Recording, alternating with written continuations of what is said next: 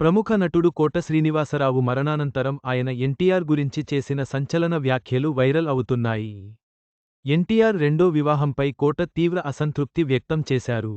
ఆయన మాటల్లో ఎన్టీఆర్ జీవితంపై విమర్శలు, అభిప్రాయాలు ఉన్నాయి. టాలీవుడ్లో ముక్కుసూటితనం ఉండే నటుల్లో కోట శ్రీనివాసరావు ఒకరు.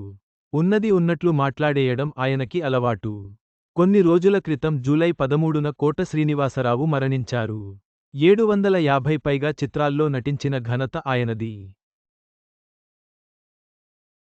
తెలుగు సినిమాల్లో ఎక్కువగా తెలుగు నటీనటులకే అవకాశాలు ఇవ్వాలని చివరి వరకు కోట తన గళం వినిపించారు.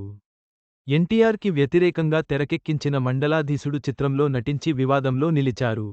ఓ ఇంటర్వ్యూలో కోట శ్రీనివాసరావు మాట్లాడుతూ ఎన్టీఆర్ వ్యక్తిగత జీవితం గురించి సంచలన వ్యాఖ్యలు చేశారు. కోట మాట్లాడుతూ, తెలుగువారి సత్తా చూపించిన మహానుభావుడు ఎన్టీఆర్. కాంగ్రెస్ పార్టీని మట్టికరిపించారు. అలాంటి వ్యక్తి తన చరిత్రని తానే చెరిపివేసుకున్నాడు. 60 ఏళ్ల వయసొచ్చిన తర్వాత మరో పెళ్లి చేసుకోవాల్సిన అవసరం ఏముంది? ఆయన భార్య బసవతారకం గారు 12 మంది పిల్లలని కని పెంచిన మహా ఇల్లాలు. అనారోగ్యం కారణంగా మరణించారు. అలాంటి మహా ఇల్లాలిని మరచిపోయి మరో మహిళ మెడలో తాళి కట్టడానికి ఆయనకి మనసు ఎలా వచ్చింది? ఆ విషయంలో రామారావు గారు అంటే నాకు చాలా కోపం. ఆ వయసులో నీకు ఏం కావాలి? శృంగారమా? అంటూ కోట సంచలన వ్యాఖ్యలు చేశారు. ఒకవేళ ఆయనకి ఆ వయసులో తోడు కావాలి అనిపిస్తే పిల్లలతో మాట్లాడి ఉండాలి. ఆ విషయంలో ఆయన పిల్లలు కూడా తప్పు చేశారు.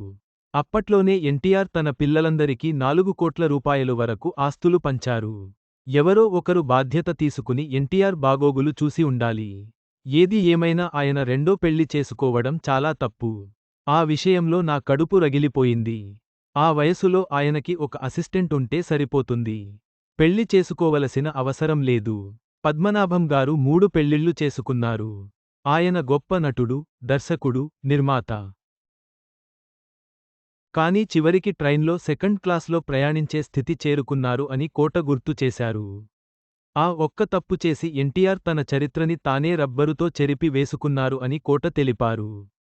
ఎన్టీఆర్ 1993లో లక్ష్మీ పార్వతిని వివాహం చేసుకున్న సంగతి తెలిసిందే.